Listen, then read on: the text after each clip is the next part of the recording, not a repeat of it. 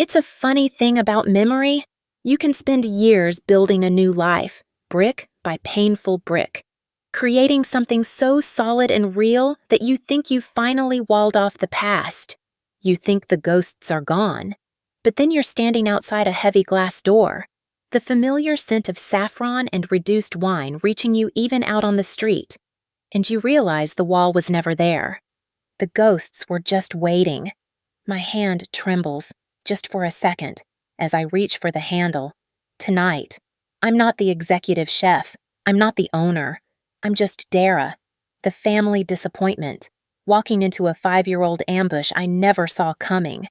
And the crazy part, I'm walking into my own restaurant. My name is Dara Mitchell, I guess. To understand the story I'm about to tell you, you need to understand where I come from. It's a place that sounds more like a brand than a hometown Greenwich, Connecticut. In my family, the name Mitchell wasn't just a name. It was a legacy, a set of expectations carved in stone. My parents, Richard and Margaret Mitchell, were master architects of a life built on status. The right address, the right charities, the right schools, and, of course, the right professions for their children. Our home was less a home and more a stage for fundraisers and garden parties, where my mother would parade my siblings and me around like prize ponies. Her pride in us was directly proportional to how neatly we fit into the boxes she'd chosen. The Mitchell children are destined for greatness, she'd say, her voice carrying across the perfectly manicured lawn. My father would nod, a silent, approving king behind his crystal tumbler of whiskey. Heather is already on the fast track for Yale Law, a born litigator, and Ethan, well, his mind for numbers is simply astonishing. He'll make a brilliant investment banker, just like his grandfather. Then, the assembled guests, all members of our rarefied social circle, would turn to me, the quiet middle child. My mother's smile would tighten, a barely perceptible flicker of disappointment she thought no one could see. And Dara, she'd say, her tone shifting. Dara has creative inclinations. She'll find her way. Creative inclinations was code. It was the polite, Greenwich way of saying I was the family's resident problem, the variable in their carefully constructed equation of success. While Heather was winning debate tournaments and Ethan was collecting trophies from math Olympiads, I was hiding.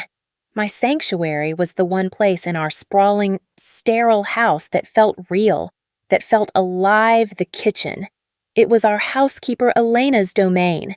Elena was a warm, round woman from a small Greek village, and she smelled of garlic, oregano, and kindness. She saw something in me my own parents couldn't, or wouldn't, see. It wasn't a creative inclination, it was a passion. You have the hands for this. Agape moo, she'd say, her own flour-dusted hands guiding mine as we kneaded dough for pitas. The way you taste, the way you smell, you understand food in your soul. She was right.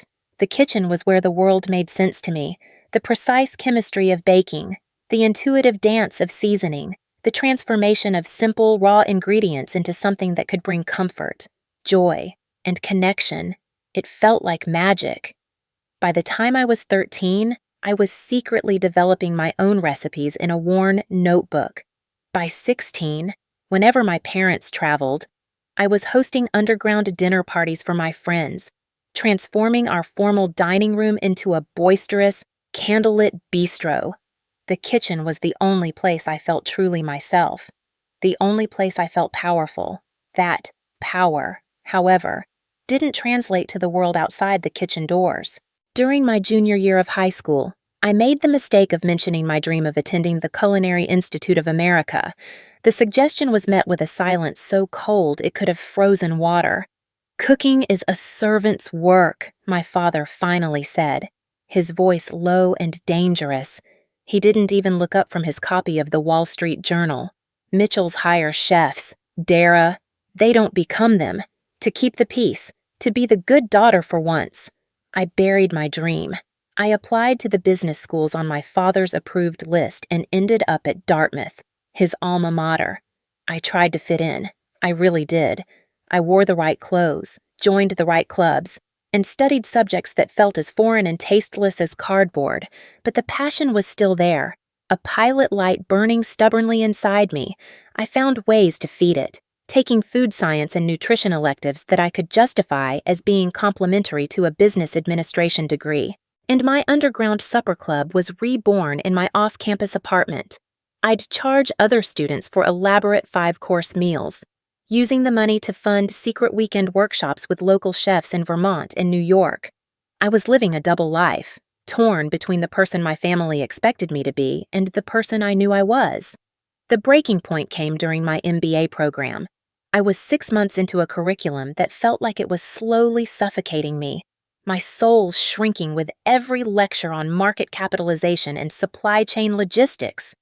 Then, Chef Laurent Bisset came to campus. He was a culinary legend, a French master with 3 Michelin stars and a reputation for being as brilliant as he was terrifying. I'd wrangled my way into helping cater a university reception in his honor, a chance to be near greatness, even if it was just arranging canapes. I'd snuck one of my own creations onto the platters, a fig and prosciutto tartlet with a balsamic reduction I'd spent weeks perfecting. Chef Bisset, a small, intense man with eyes that missed nothing, took one bite, paused, and then scanned the room. He walked directly over to me, holding the half-eaten tartlet. "Who taught you to make a reduction like this?" he asked, his French accent thick and his gaze serious. My heart hammered against my ribs. I taught myself. "Chef," I stammered, "from books, videos, just experimenting." He stared at me for a long moment, then handed me his business card. "You are wasting your talent in this place," he said, his voice firm. "This is not a hobby for you. This is a calling. Come to my kitchen in New York. I will make you great." That night, something inside me shifted. It was as if a door I thought was permanently locked had just been kicked wide open. The validation from that one man, a true master of his craft, outweighed a lifetime of my family's dismissals. 2 weeks later, I stood in my parents' immaculate living room, the air thick with the scent of lemon polish and unspoken disappointment. I told them I was dropping out of my MBA program to enroll in culinary school. The silence that followed was heavier and more absolute than any I had ever experienced. It was the sound of a world ending. "This is absolutely unacceptable," my father finally said, his voice a low, controlled tremor of fury. He didn't shout. He never shouted. It was far more frightening when he didn't. "We have invested everything in your education, everything except respect for who I actually am," I countered, my own voice shaking but resolute. I saw a flicker of something in his eyes, not understanding, but a deep, profound sense of betrayal. My mother's face, usually a mask of serene control, hardened into something I'd never seen before. "If you pursue this hobby," she said, the word dripping with contempt, "you will do it without our support, financial or otherwise. You will be on your own." Heather, my older sister, home for the weekend from her first year at Yale Law, let out a short, cold laugh. "Always the rebel. Dara, let's see how long you last in the real world, cooking for minimum wage." Ethan, my younger brother, already an intern at a prestigious financial firm, just looked down at his shoes, a flush of what I recognized as second-hand embarrassment creeping up his neck. He wouldn't meet my eyes. I left that night. I packed a single suitcase, emptied my personal savings account a little over $7,000 from years of birthdays and my secret supper clubs, and walked out the door. I didn't look back.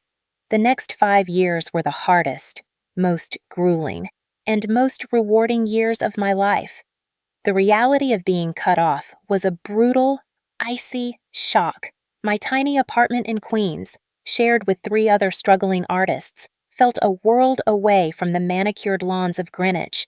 The first year was a blur of 18-hour days. I was a prep cook at a bustling bistro in the mornings, chopping endless mountains of onions and carrots from 5 a.m. to noon. Then I'd race across town to work the line at a frantic midtown restaurant during the dinner rush, from 1 p.m. until well after 10 p.m. On weekends, I'd take shifts at a bakery, learning the delicate art of pastry.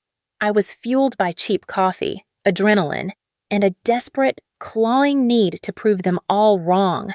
I was constantly exhausted, my arms a roadmap of burns and nicks, my back aching with a permanent throb. I fell asleep on the subway, in the break room, sometimes standing up for a few seconds in a quiet corner of the walk-in cooler. But I was learning. Every single day, I was learning. Chef Laurent was true to his word. He became my mentor, my guide, my harshest critic, and my fiercest advocate. His kitchen was a crucible. He broke me down and rebuilt me from the ground up. He taught me discipline, precision, and respect for the ingredients. He pushed me harder than I thought I could be pushed, screaming at me for a sauce that was a single degree too hot, or a julienne that was a millimeter too thick. But he also saw my potential. He would stay late with me, showing me a new technique, explaining the history of a classic dish, or tasting a new creation of mine and giving me brutally honest, invaluable feedback. Under his tutelage, I thrived. The fire of the kitchen, its intensity and its relentless demand for perfection. It didn't burn me out, it forged me. The idea for Maison was born on a rainy Tuesday night, 3 years into my new life. I was working a private event at Chef Laurent's restaurant. One of the guests, a man named James Warren, who I later learned was the head of a major venture capital firm, had tasted a dish I'd created for the event, a seared scallop with a celery root puree and a black truffle vinaigrette. He'd demanded to meet the chef. When Chef Laurent brought me out from the kitchen, my chef's whites stained and my hair plastered to my forehead with sweat, James Warren looked me up and down with a skeptical frown. "You made this?" he'd asked, his tone incredulous. "Yes, sir, I'd managed." He took another bite, closing his eyes. "This," he said, pointing his fork at the plate, "is the most innovative and perfectly balanced dish I've tasted in a decade. I've eaten in every 3-star restaurant from Paris to Tokyo. This is special." He asked about my background, my training, my ambitions. We talked for an hour, right there in the middle of the dining room. By the end of the night, he'd given me his card and a challenge: when you're ready to open your own place, you call me. I want to invest in this talent. It took another 1.5 years of saving every penny, of working to the point of collapse, of drafting and redrafting a business plan until it was perfect. I used every lesson from that wasted MBA program my father had paid for. The irony was not lost on me. I finally called James Warren 2 years ago. Maison opened its doors, with me as the executive chef and a partial owner. 6 months after that, I took a massive leap of faith, secured a business loan based on our incredible initial success, and bought out my partners. I became the sole proprietor. Maison became the hardest reservation to get in New York City. We earned rave reviews. Last month, Food and Wine magazine did a 6-page spread on us for their Future of American Cuisine issue. Through all of this, I kept my family at a distance. There were occasional stilted phone calls with my mother, mostly about the weather or distant relatives. I sent holiday cards. They knew I was doing something with food in the city, a vague and, in their minds, probably sad little endeavor. I let them believe that. I kept my success a secret, not out of spite, but because I needed it to be mine. I didn't want it to be a way to finally crawl back into their good graces. I wanted to own it, to know that I had built it with my own 2 hands, without their money, their connections, or their approval. So when the thick, embossed invitation for Heather's engagement dinner arrived at my apartment, I was stunned. But the real shock was the location printed in elegant script at the bottom: Maison. They had no idea. Of course, they didn't. They must have chosen it for the exact same reasons all my other high-profile customers did, because it was exclusive, impressive, and the perfect backdrop to broadcast their status. My sister, the future wife of a Goldman Sachs partner, celebrating at the hottest restaurant in town. It was perfectly on brand for them. I agonized over it for days. Should I go? Should I tell them? In the end, I decided to accept, not to seek their validation anymore, but to close a chapter. 5 years had given me a new kind of strength, a confidence rooted in my own achievements. I was secure enough now, I thought, to face them without crumbling. What I hadn't anticipated, what I couldn't possibly prepare for, was the visceral, gut-wrenching feeling of watching the people who'd dismissed my dreams sit in my dining room, in the world I had built from nothing, and criticize the very food I had poured my soul into creating. And that's exactly what awaited me as I finally pushed open the heavy glass doors of Maison, taking a deep breath and preparing to play the role of the struggling black sheep one last, final time. The moment I stepped inside, the familiar symphony of scents wrapped around me like a hug, the deep, earthy notes of saffron, the sweet tang of wine reducing on the stove, the subtle, clean perfume of fresh herbs that I insisted be delivered twice a day from a greenhouse upstate. Usually, this aroma was my anchor. It was the smell of my success, my sanctuary. Tonight, it just twisted the knot in my stomach tighter. I'd chosen my outfit with the precision of a military strategist. A simple black sheath dress that looked modest but was, in fact, a Diane von Furstenberg.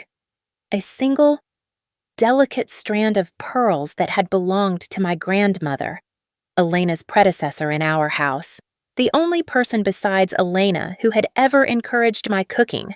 My hair was pulled back in a sleek, severe chignon. It was a look of understated elegance. But I knew my family. They would read it as me trying too hard with limited means. The chignon a sign that I couldn't afford a proper blowout. Every detail was a calculated move in a game I no longer wanted to play. Marcus, my maitre d' and my most trusted employee, spotted me immediately. His eyes, usually so composed, widened slightly in a silent question.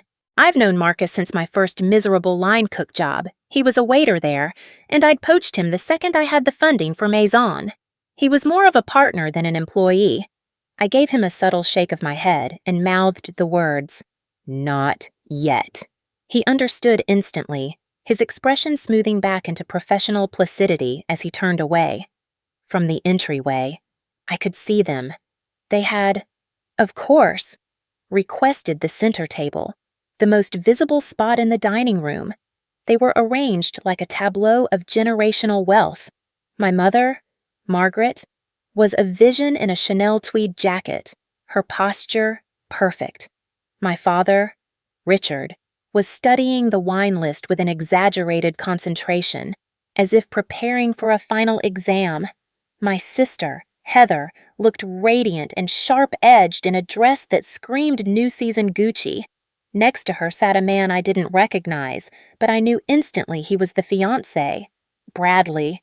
He had slicked-back hair, a perfect tan, and a watch that flashed like a distress signal every time he moved his wrist. And completing the picture were my brother, Ethan, and his wife, Allison, both looking like they'd just stepped out of a boardroom, their expressions a mixture of excitement and low-grade anxiety. Celeste, my hostess, approached with her warm, professional smile. "Good evening, Ms. M," she began, catching herself just in time. She was new, but she was a quick study. "Your party is already seated. May I show you to their table? Thank you." "Celeste," I murmured, grateful for her discretion. I could feel the eyes of the other staff on me as I walked through the dining room. A flicker of recognition from a busboy. A quick, confused glance from one of the servers. They knew me in chef's whites, stressed and commanding in the kitchen, not as a guest in my own restaurant. My mother saw me first. Her eyes did the quick, brutal assessment I remembered from childhood, a head-to-toe scan that calculated my net worth based on my appearance and, as always, found it wanting. "Dara," she said, rising to press her cold, perfumed cheek against mine in an air kiss. You've finally arrived. We were beginning to wonder. I'm exactly on time. Mother, I replied, glancing at my watch. 7:30 on the dot. My father stood and gave me a stiff, awkward hug that ended with a pat on my back. It felt like he was checking for structural integrity. You look healthy, he offered. In Mitchell speak, this was not a compliment. It meant I was no longer the borderline underweight, stressed out business student they remembered. It meant I had let myself go. Heather offered her cheek without standing up. "This is Bradley," she announced, waving a hand in his direction. Her fiancé rose and extended his hand. His grip was too firm, a bone-crushing power move I recognized from countless meetings with aggressive vendors and investors. "Bradley Harrington," he said. Not to me, but to the space just over my shoulder. Princeton undergrad, Wharton MBA, just made junior partner at Goldman. There was no "nice to meet you," no "Heather has told me so much about you," just a recitation of his credentials. It was the Mitchell family love language. Ethan gave me a more genuine, if brief, hug. "Good to see you," Dara, his wife, Allison, gave me a strained smile. I would learn later that she had been the one tasked with finding this impressively exclusive restaurant, and she was terrified it wouldn't meet my mother's impossibly high standards. "Well," my mother said as I took the last empty seat, "the one facing the kitchen doors, we've already ordered a bottle of champagne. I hope that's acceptable." I glanced at the ice bucket. They'd chosen the second most expensive champagne on our list. Showy, but not reckless, classic, around us. The restaurant hummed with the precise energy I had spent years cultivating. The lighting was low and intimate, but with spotlights perfectly angled to illuminate the artful plating of each dish. The acoustics were a marvel of engineering, a soft buzz of conversation that made the room feel alive but allowed for private conversation at each table. The space between tables was generous, creating pockets of intimacy. Every single detail, from the weight of the French linen napkins to the custom-designed chairs that encouraged guests to linger without sacrificing posture, had been my decision, born from 1,000 sleepless nights and a singular, obsessive vision. I watched Jose, my sommelier, approach the table with the champagne. I had stolen Jose from a 3-star restaurant in Paris, a major coup that had been the talk of the industry for months. He caught my eye as he walked, the slightest lift of his eyebrow asking if he should acknowledge me. I gave an almost imperceptible shake of my head. "An excellent choice," Jose said to my father, presenting the bottle with the fluid grace of a dancer. He began to pour. "We're celebrating an engagement," my father announced, his voice a little too loud, projecting his importance to the nearby tables. "Congratulations," Jose replied smoothly, his professionalism a flawless shield. "Maison is honored to host such a special occasion. I'm surprised you managed to get a reservation," I said, my voice a picture of innocence. "I hear it's nearly impossible." Bradley leaned forward, his smile impossibly smug. "I know people," he said with a wink. The wink made my skin crawl. "Called in a favor with a client who's friendly with the management." I had to bite the inside of my cheek to keep from laughing. The client was undoubtedly Craig Winters, one of my original investors and a dear friend who still sat on my advisory board. He occasionally requested tables for business associates. I made a mental note to call Craig tomorrow and tell him his associate was an insufferable prick. "Well, aren't you resourceful?" I murmured, raising my glass. "To Heather and Bradley, a perfect match," my father declared, "and a brilliant future." We all clinked glasses. I took a small sip of the champagne. It was served at the precise temperature I had personally trained my staff to maintain. It was perfect, and it tasted like ashes in my mouth. "So, Dara," my mother began, setting down her glass and fixing me with her full, undivided attention. It felt like being pinned by an entomologist. "Tell us what you've been up to. You've been so mysterious." The conversation at the table died. 5 pairs of eyes turned to me, all of them evaluating, judging, ready to pounce. "I've been working," I said simply, "in the food industry."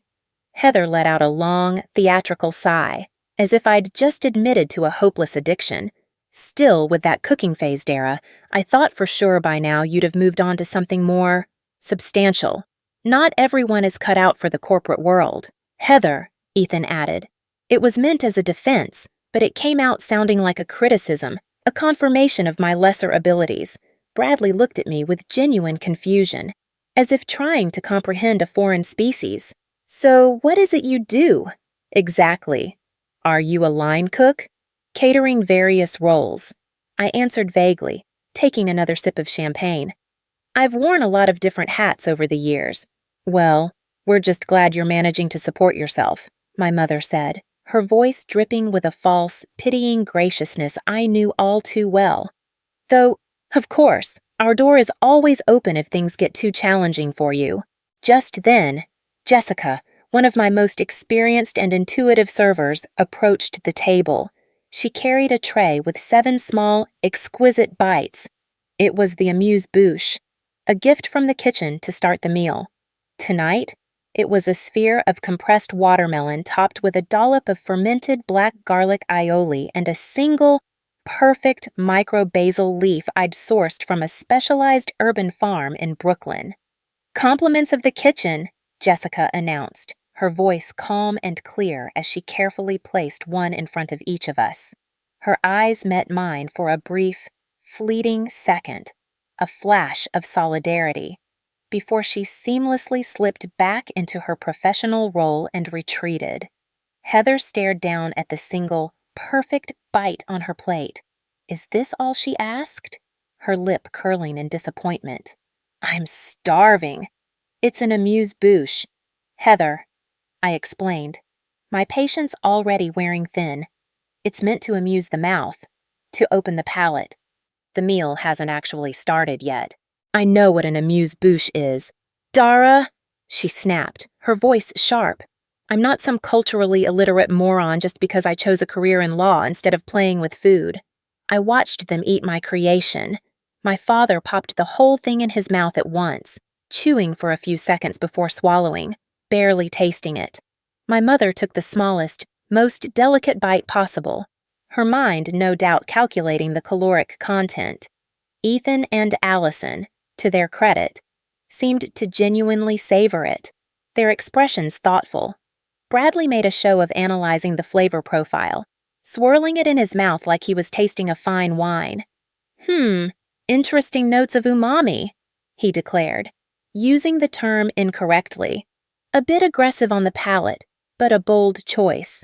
Only Heather left hers untouched. "I don't do raw garlic," she announced loudly, pushing the small plate away. The garlic wasn't raw. The black garlic had been fermented for 60 days in a temperature-controlled environment, a painstaking process I had spent 3 years perfecting to create its unique, mellow, molasses-like flavor. It was the furthest thing from raw garlic you could possibly get. As Jessica returned to clear the plates, I saw the flash of disappointment in her eyes as she noted Heather's untouched dish. And in that moment, I felt a surge of fierce, protective anger, not for myself, but for Jessica, for my cooks in the kitchen, for the farmer who grew the basil. I had built Maison to be a family, a team bound by a shared passion for excellence. These people at my table, my actual family, were just tourists here, passing judgment on a world they couldn't begin to understand. The evening was just beginning, and already I could feel the old, suffocating dynamic settling in. I was the outsider, the cautionary tale, the one whose life choices required constant justification. But tonight was different. Tonight, I was sitting at this table with a secret that was about to change everything.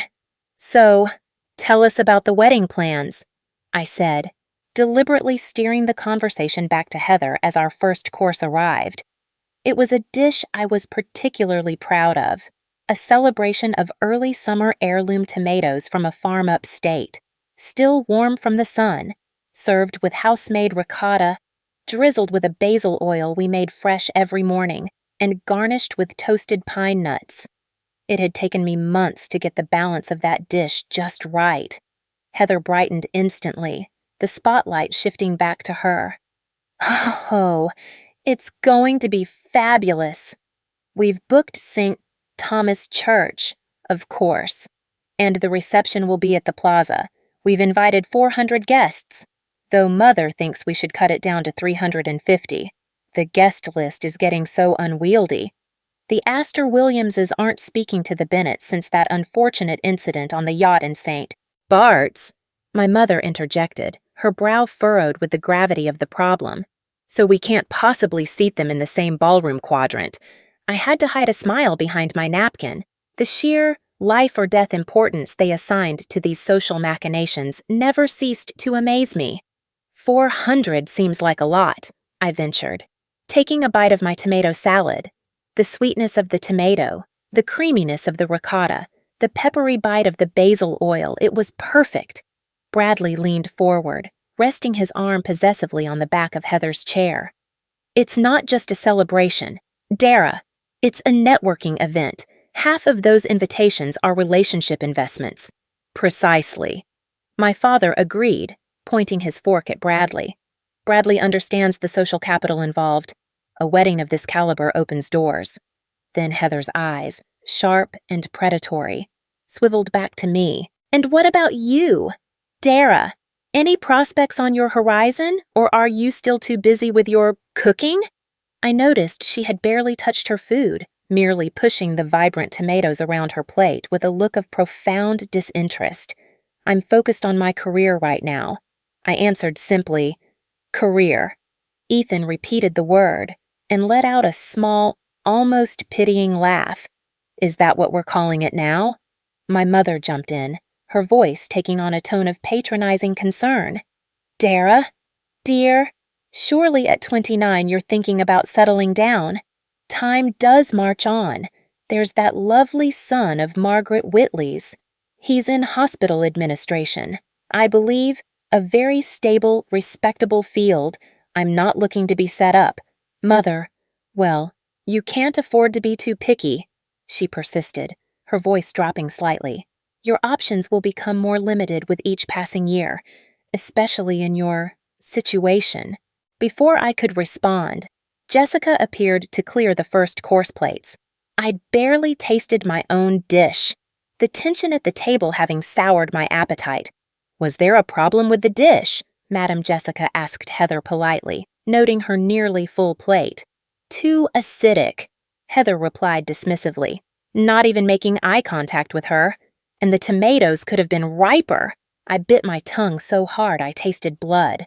Those tomatoes had been hand-selected at the peak of their ripeness that very morning by my sous chef, from a farm that grew them exclusively for us.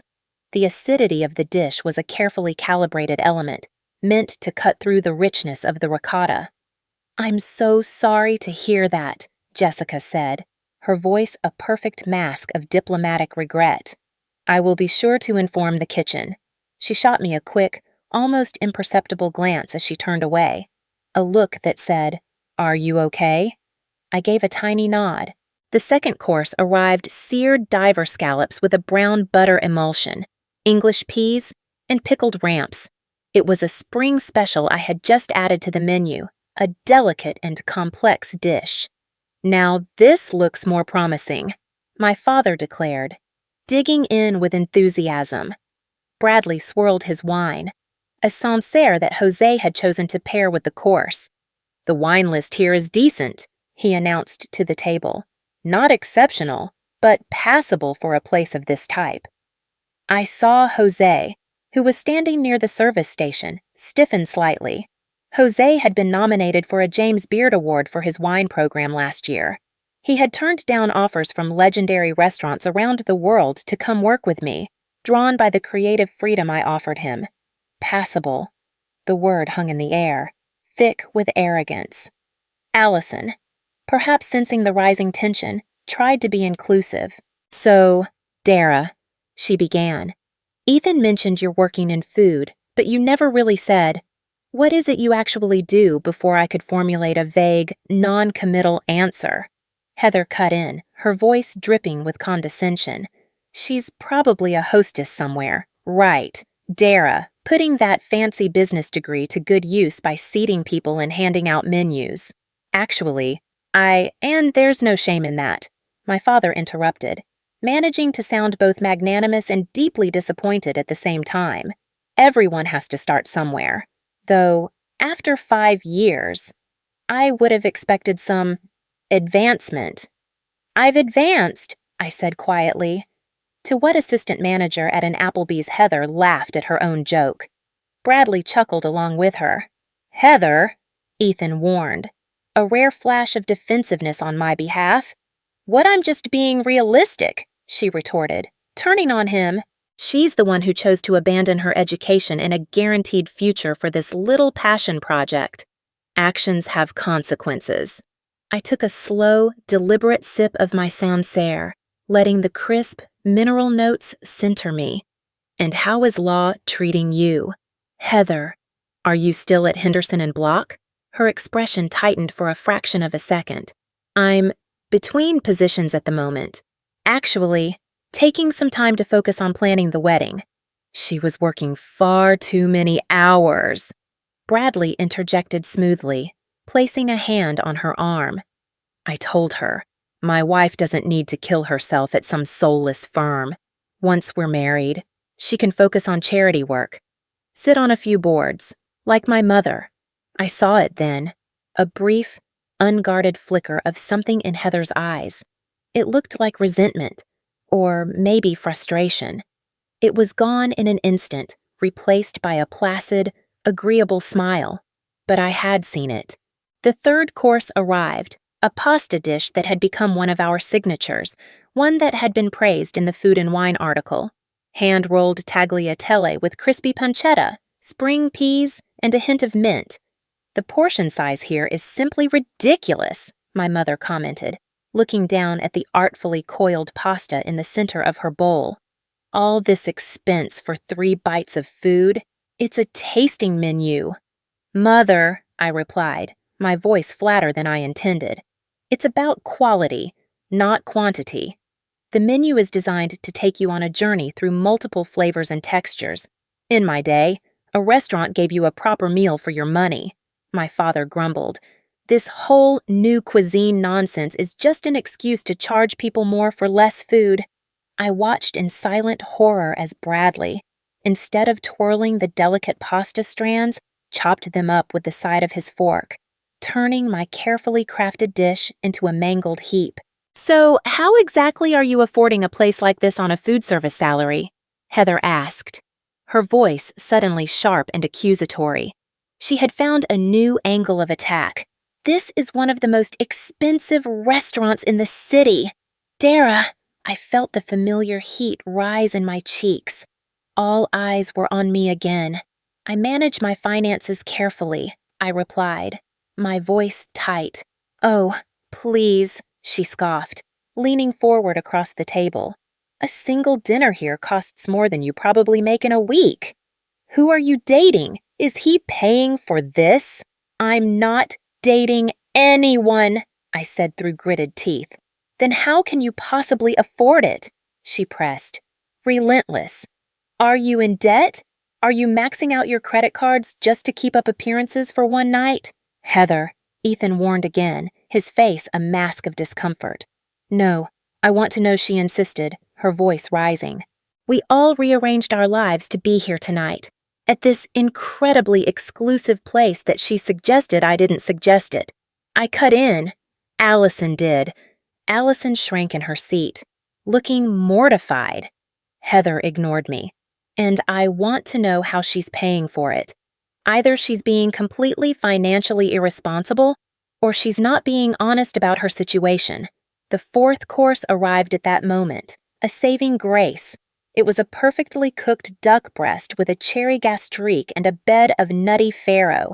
Chef Miranda, my chef de cuisine who ran the kitchen when I wasn't on the line, had executed it flawlessly. Bradley took one bite and immediately made a face. "This duck is undercooked." I looked at his plate. The duck was a perfect medium rare, the skin crispy, the flesh rosy and tender, exactly as it should be. "It's supposed to be served that way." I explained, "Medium rare is the optimal temperature to retain the moisture and flavor of duck breast." "Well, I prefer my meat well done," he declared, pushing his plate away and motioning imperiously for a server. When Jessica approached, he didn't even look at her. He just pointed at his plate. "This is raw. Take it back and have the chef cook it properly." I saw a flash of pure indignation in Jessica's eyes before she expertly masked it with a professional smile. "Of course, sir. My apologies." As she took his plate back toward the kitchen, her eyes met mine. I gave her a slight, almost imperceptible nod. She would understand. She would have the kitchen fire a new duck breast to his specifications, rather than trying to salvage the original by overcooking it into a piece of leather. It was a waste of a beautiful piece of meat. But the customer, in this case, was my future brother-in-law. "Really, Dara," my mother said once Jessica was out of earshot, her voice laced with disappointment. "You still haven't answered Heather's question. How are you affording this evening?" The tension at the table was thick enough to cut with a knife.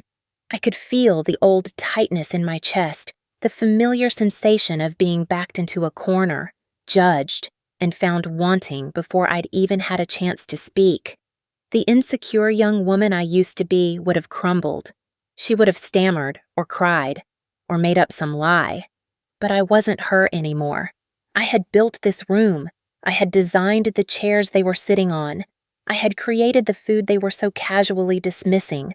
For a fleeting second, I considered ending it right there, just telling them, watching the looks on their faces as the entire power dynamic of our family shattered on the floor. Before I could speak, Bradley's new duck breast arrived.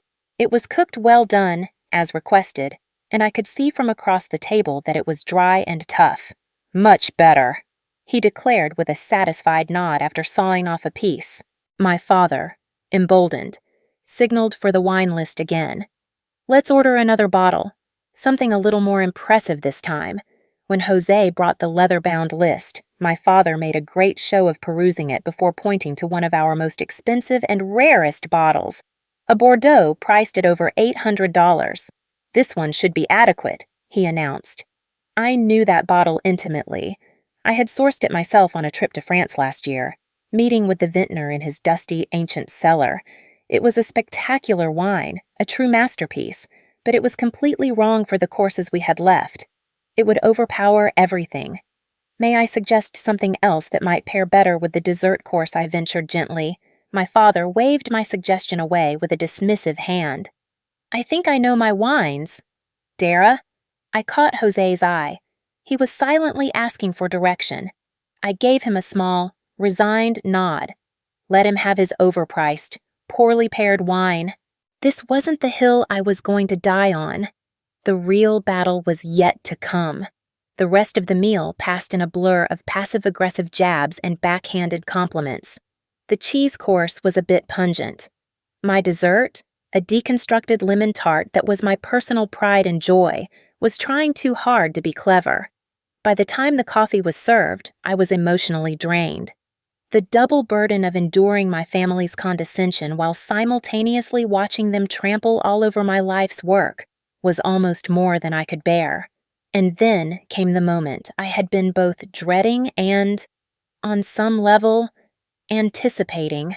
The check, Marcus, my ever-vigilant maitre d', approached the table with the black leather folder. He placed it discreetly in the center of the table with the practiced subtlety of a diplomat. My father, by patriarchal reflex, reached for it immediately, but Bradley, ever the showman, intercepted it with a flourish. "Please, Richard, allow me," he said, his voice smooth as silk. My treat, a small token to celebrate the happy occasion. My father made the expected token protest before graciously acquiescing. I watched Bradley's face as he opened the folder. I saw his confident smile falter, then freeze. His eyes widened almost comically as he registered the total: a dinner for 7, with premium wine pairings, off-menu requests, and that $800 bottle of Bordeaux came to well over $3,000. It wasn't an outrageous sum for a restaurant of Maison's caliber, but it was clearly more than he had been expecting to pay to impress his future in-laws. "Is there a problem, Bradley?" my father asked, noticing the change in his demeanor. "No, no," Bradley said, recovering quickly, though a faint sheen of sweat had appeared on his forehead. "Just confirming the calculation." He reached into his jacket and pulled out a wallet, extracting a sleek, black Amex card with a deliberate slowness, making sure everyone at the table saw it. Heather, perhaps sensing his discomfort, or perhaps just unable to let her line of attack go, chose that exact moment to pounce again. "So, Dara," she said, her voice dripping with false sweetness, "you never did explain how you're managing to contribute to this extravagant dinner. We wouldn't want you to stretch yourself financially on our account." Every head turned back to me. The trap was set. "I can cover my portion," I said, my voice dangerously calm. "Can you?" though she pressed, leaning forward like a prosecutor delivering her closing argument. "Because we all know what food service pays. Can you actually, honestly, afford to eat in a place like this?" The table fell silent. The question hung in the air, so pointed and so deliberately cruel that even my mother looked uncomfortable. "Heather, dear," my mother murmured, "perhaps this isn't the time or the no." "I want to know," Heather insisted, her eyes locked on mine. "We have spent this entire evening pretending that everything is fine. Pretending that Dara's choice to throw away her education and her entire future hasn't left her struggling. I think, for once, we all deserve some honesty." I felt a hot flush of anger creep up my neck. 5 years! 5 years of back-breaking work, of loneliness, of sacrifice, of building a life and a career that I was immensely proud of, and in their eyes, nothing had changed. I was still the family screw-up, the little girl in the corner who had to justify her own existence. Bradley, perhaps seeing an opportunity to reassert his dominance after the shock of the bill, joined in.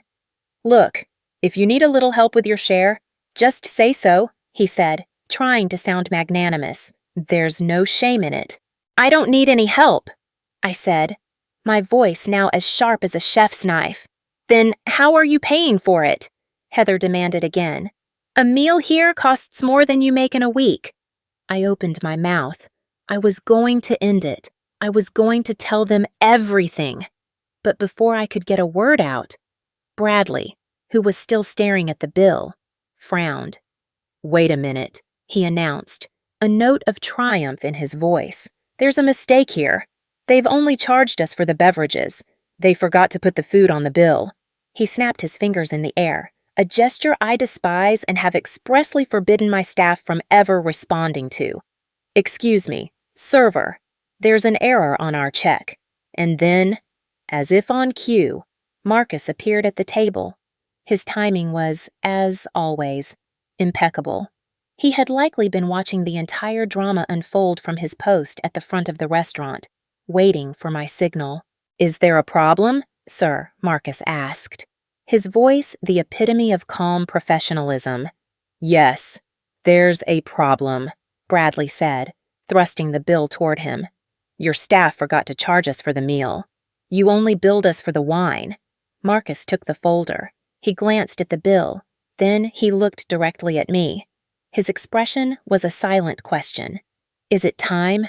And in that moment, I made my decision. The charade was over. I gave Marcus the slightest, almost invisible nod. He turned back to Bradley, his expression unreadable. "There is no error, sir," he said smoothly. "The dinner portion of your bill has been taken care of."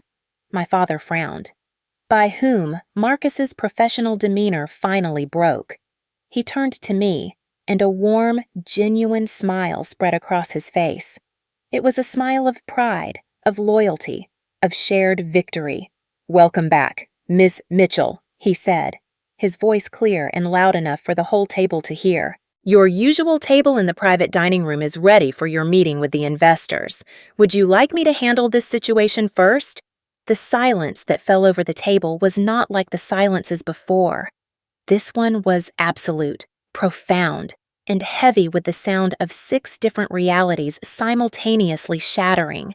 6 pairs of eyes, wide with disbelief and dawning comprehension, swiveled to face me. My heart was pounding, a wild drum against my ribs, but my voice, when it came out, was steady. "Thank you. Marcus. Yes, please. Just close out Mr. Harrington's beverage tab. The rest, as you know, is on the house." "Very good. Ms. Mitchell," he replied, taking the folder from Bradley's limp, unresisting hand. He then added, "As a perfect final touch, Chef Miranda mentioned she'd like your opinion on the new spring menu items when you have a moment. I'll stop by the kitchen before my meeting." I promised. As Marcus walked away, I finally allowed myself to look at each member of my family. I saw confusion on Ethan's face. I saw shock on my father's. I saw the first glimmers of dawning, horrified understanding in my mother's and Heather's eyes. What is happening?" my mother finally whispered, her hand fluttering to her throat. I took a deep breath. The moment I had both fantasized about and dreaded for 5 long years had finally arrived. "Welcome to Maison," I said, my voice even and clear. My restaurant. The silence that followed stretched into an eternity. You could have heard a pin drop on the plush carpeting. My father was the first to find his voice, his expression shifting from pure shock to a rapid, visible calculation. His business mind was trying to process this impossible new data. "Your restaurant," he repeated, carefully, as if the words were a foreign language. "You mean you work here as the manager, no father," I clarified, a strange, unexpected calm settling over me. The adrenaline had been replaced by a crystalline clarity. "I own Maison. I'm the executive chef and the sole proprietor." "That's impossible," Heather blurted out, her face pale. "This is one of the top restaurants in the city. It's been featured in every major magazine." "Yes," I agreed, looking her directly in the eye. "Food and Wine last month. Bon Appetit did a feature on our pastry program before that. And the New York Times gave us 4 stars in their review last year. It was a very good year." Bradley was just staring at me, his mouth slightly agape, as if I'd suddenly grown a second head. The smug, confident Goldman Sachs partner had vanished, replaced by a slack-jawed man-child.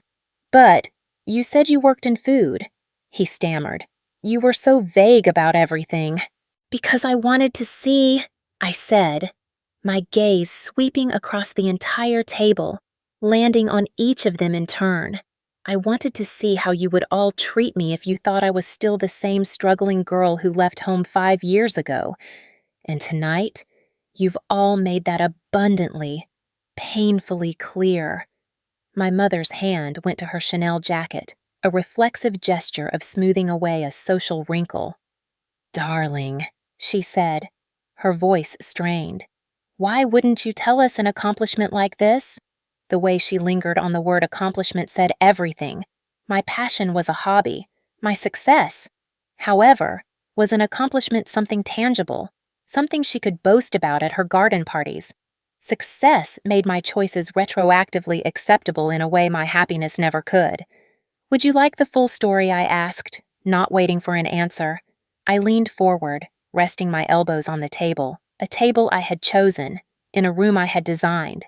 After I left home, I moved to the city with the $7,243 I had in my savings account. I rented a room in a dilapidated apartment in Queens with 3 other people. For the first year, I worked 3 jobs. I was a prep cook at a bistro from 5 a.m. to noon. where I peeled a literal ton of potatoes and onions. Then I'd take the subway to Midtown to work as a line cook from 1 p.m. to 10 p.m. on weekends. I worked at a bakery in Brooklyn, learning pastry. I slept an average of 4 hours a night. I had blisters on top of my blisters, and my arms were covered in burns. I took a sip of water, my eyes never leaving their stunned faces. Ethan was watching me with an expression of what looked like genuine awe. Allison looked horrified and impressed in equal measure. My parents seemed frozen, their minds struggling to reconcile the daughter they thought they knew with the woman sitting before them. Chef Laurent Bisset, the man who spoke at my university, took me under his wing. I became his sous chef within 18 months. He pushed me, he taught me, and he believed in me. 2.5 years ago, at a private event, I met an investor named James Warren. He tasted my food and told me it was special. I gestured around the room. James became my first backer. We found this space. It was a failed nightclub, a complete wreck. I designed the entire concept, from the menu to the philosophy of service. I hired every single person on my staff. I oversaw every detail, from the sourcing of these chairs from a small artisan in Denmark to the custom plateware from a potter in Japan. But the cost, my father said, his voice raspy. His practical, financial mind was still stuck on the logistics. A restaurant of this caliber, in this location, it would require millions in capital, $3.4 million for the initial investment. I confirmed calmly. James brought in 2 other investors. We opened to immediate acclaim, thanks in no small part to Chef Laurent's endorsement and the buzz he helped create. We were profitable within 6 months. 3 months after that, I took the biggest risk of my life. I used the restaurant's projected earnings to secure a massive business loan, and I bought out all 3 of my partners. I've been the sole owner for over a year now. It was Heather who finally connected the last dot. "That's why you suggested we meet here," she said, her voice barely a whisper. "You knew all along." "Actually, no," I corrected her gently. "I didn't suggest it at all. Allison, you were the one who booked the reservation, weren't you?" All eyes swiveled to my sister-in-law, who went pale and then flushed a deep, mortified red. I had no idea." "Dara," she stammered, looking genuinely distressed. "The concierge at Ethan's firm, he recommended it. He said it was the most impressive new restaurant in the city. I swear, I didn't know it was yours." "Of course you didn't," I said, my voice softening for her. She was an innocent bystander in this family drama. No one in the family knew. That was by design, but why keep it a secret, my mother pressed. A desperate edge to her voice. She was trying to reclaim the narrative, to reposition herself as the proud, supportive mother. "We're your family. We would have been so proud." A short, sharp laugh escaped my lips before I could stop it. "Would you have been? Mother, would you really? Is this the same family who told me cooking was servant's work? The same family who cut me off completely, financially and emotionally, when I chose to follow my dream? The same family who, just minutes ago, was laughing about me being an assistant manager at Applebee's?" My father cleared his throat, a deep, rumbling sound of discomfort. "Now, Dara, that's not entirely fair. We were concerned. We worried about your stability, your future." "That's exactly my point," I cut in, my voice rising with an emotion I could no longer contain. "You couldn't respect my passion on its own. It only has value to you now that it's attached to a 4-star review and a healthy balance sheet." At that moment, as if summoned by the sheer drama of the scene, Chef Miranda Torres, my chef de cuisine, approached our table. She was in her crisp whites, her name embroidered in black thread on her chest, a look of focused intensity on her face. "Sorry to interrupt. Dara," she said, her voice a low, urgent hum, "but the Matsuhisa party has arrived for their private tasting, and Sajay is on the line to confirm your interview for next week's feature. Also, your publisher called again. They need your final approval on the cookbook cover design by morning." She departed as quickly as she had arrived, leaving a fresh wave of shock in her wake. Cookbook, Heather echoed, her voice small. Coming out this fall, I confirmed, with Knopf, 120 of my recipes, with personal stories. Like this one, Dara. My mother began again, her voice now taking on that coaxing, placating tone she used when trying to manage a difficult social situation and smooth things over. This is all just so incredibly impressive. Why didn't you tell us sooner? We could have helped you. We could have supported you. The way you supported me when I actually needed it, I asked quietly, by disowning me. We thought it was a phase, my father protested, his voice defensive. A rebellion. How were we to know you had this kind of entrepreneurial spirit? You've clearly inherited my business sense. I felt a flash of white-hot anger at his attempt to claim even a sliver of credit for my success. I built this with my own 2 hands, I said, my voice low and fierce.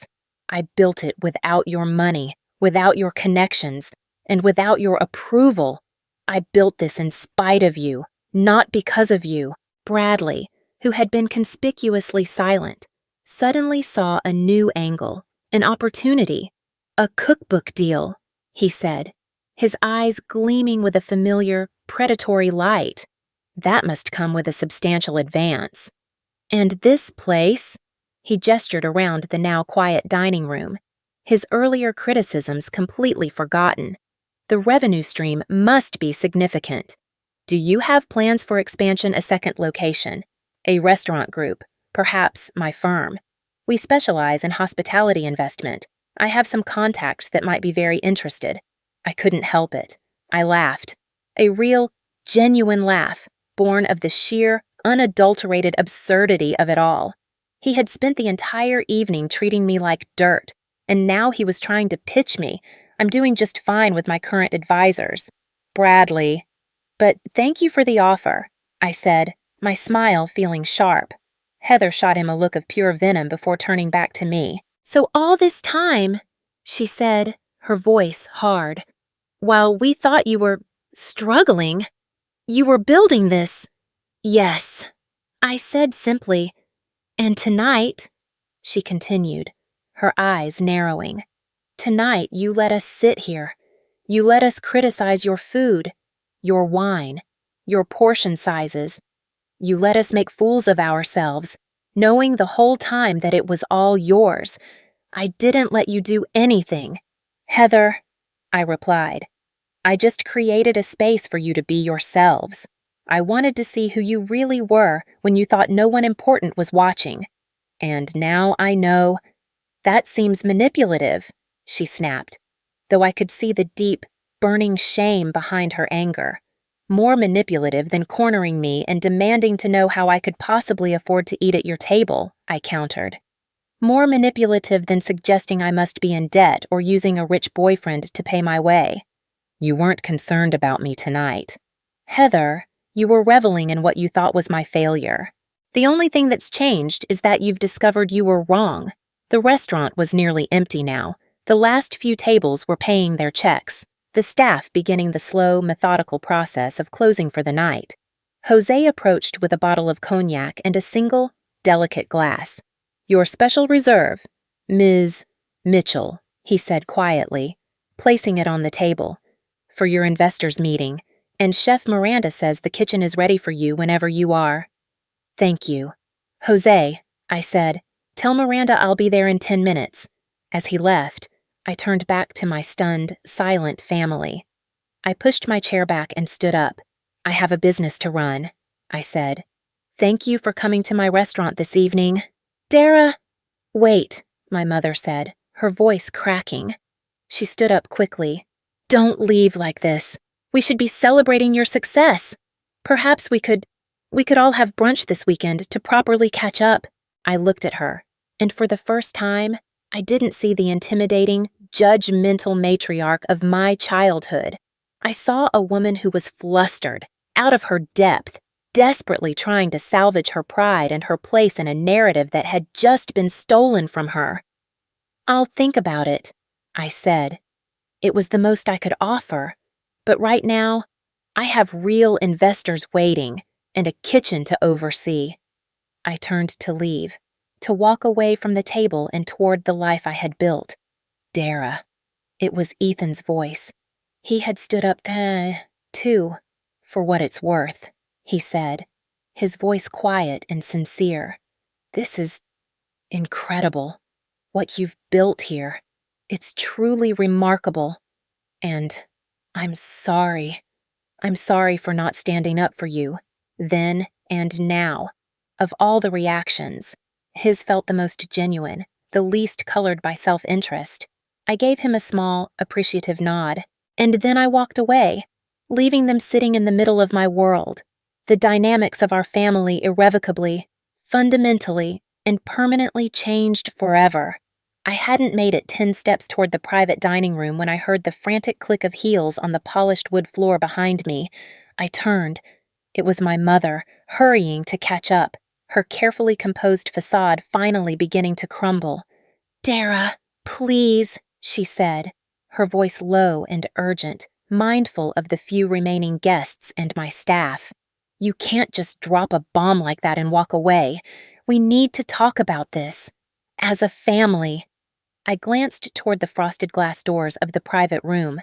My real investors, the Hartford Group, were in there discussing a 7-figure funding proposal for my second restaurant concept. They were waiting for me. "I have a meeting." "Mother, postpone it," she insisted, a command born of lifelong habit. "This is more important.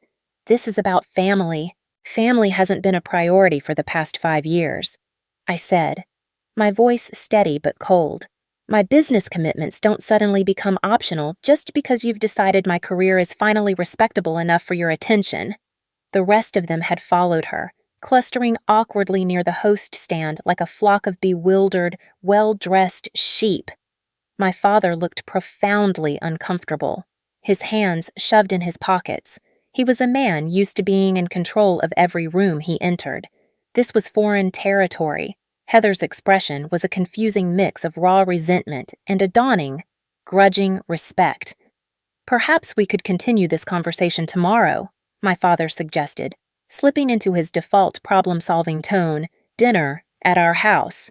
We have a great deal to discuss, including how we might be able to help you expand," Bradley added, ever the opportunist, having seemingly recovered from his earlier shock.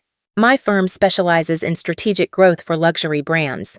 I could put you in touch with—" "I don't need your help," I interrupted, my voice sharp enough to cut glass. I looked from Bradley to my father, then to my mother. "I need you all to understand something. I didn't build this place to finally win your approval.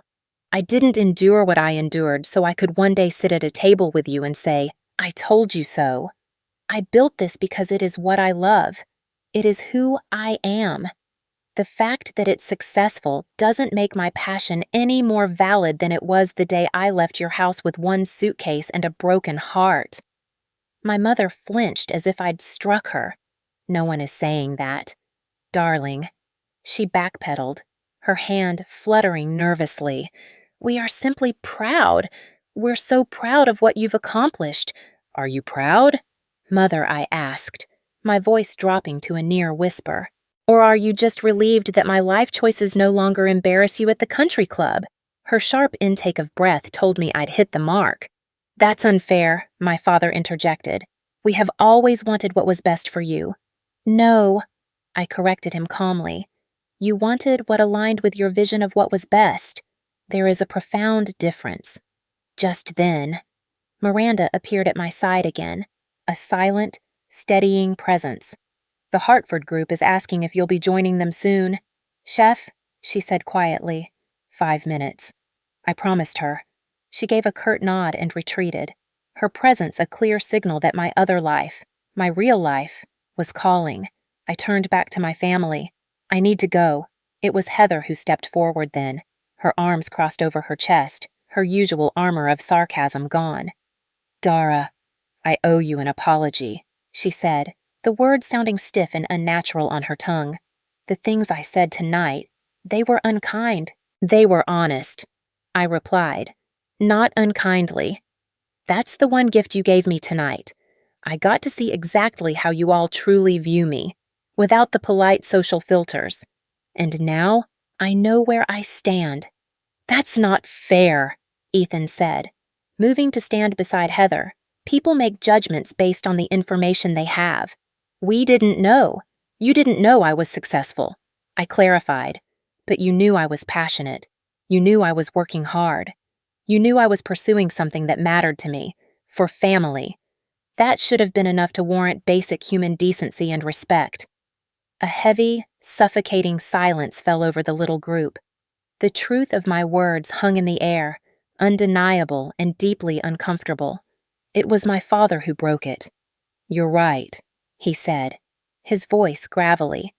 The admission seemed to cost him a great deal. Richard Mitchell did not acknowledge mistakes.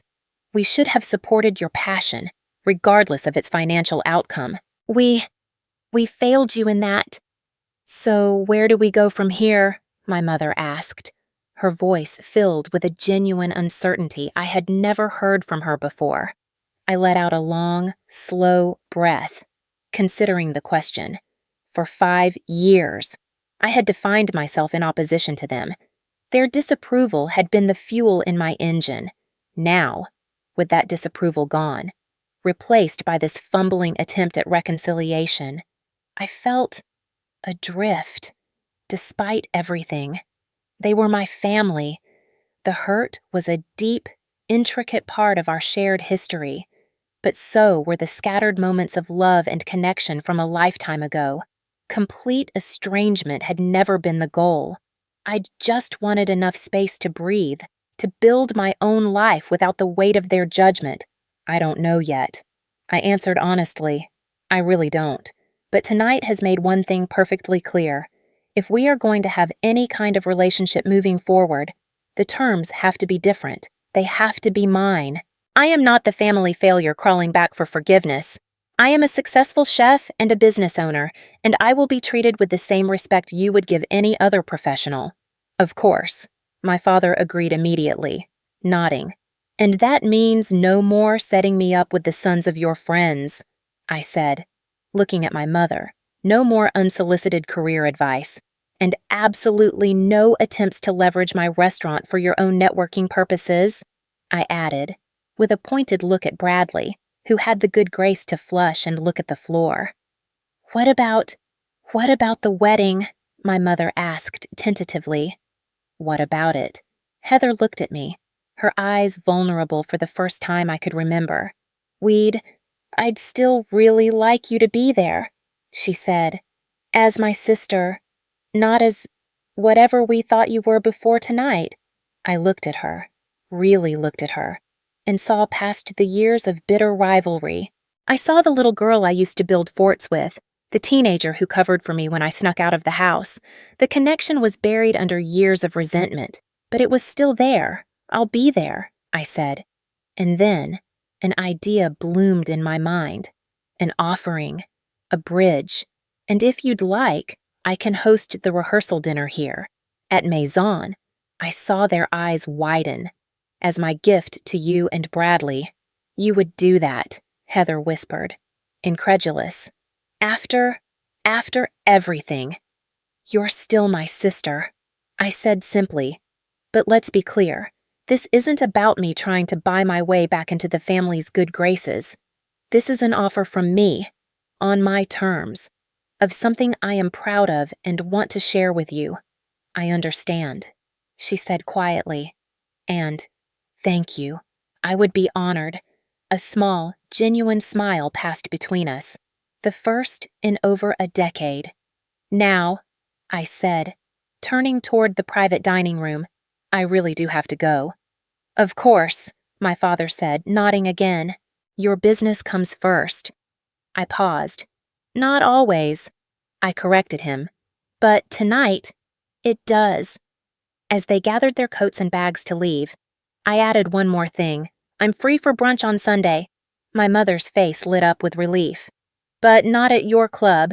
There's a little place in the East Village I think you all need to experience." "We'll be there," my mother promised, a fragile hope in her voice. I watched them file out of the heavy glass doors, their postures different, their world views shaken. As the door clicked shut behind them, I let out a breath I felt like I'd been holding for 5 years. The weight on my chest felt lighter. The ghosts in the room seemed to have faded. Miranda was waiting for me. "Everything okay?" "Chef, getting there," I replied with a small smile. "Family is complicated. Tell me about it." She laughed. "My mother still introduces me to her friends as her daughter, who works in a restaurant, like I'm a teenage waitress at the local diner." I smiled, a wave of gratitude washing over me for her, for my team, for this found family I had built. "Come on," I said, turning toward the kitchen, my sanctuary, my home. "Let's go talk to the Hartford group. I have an idea for a dessert concept for the new place that I think they're going to love." As we walked toward the brilliant, chaotic, beautiful heart of my restaurant, I realized the most important revelation of the night wasn't about showing my family what I had built. It was about me, finally and fully, recognizing it for myself. I hadn't just created a successful restaurant, I had created a life, and I had done it on my own terms. That knowledge, that deep, unshakable sense of self-worth, was worth more than any 4-star review or grudging family approval they could ever offer. It was everything.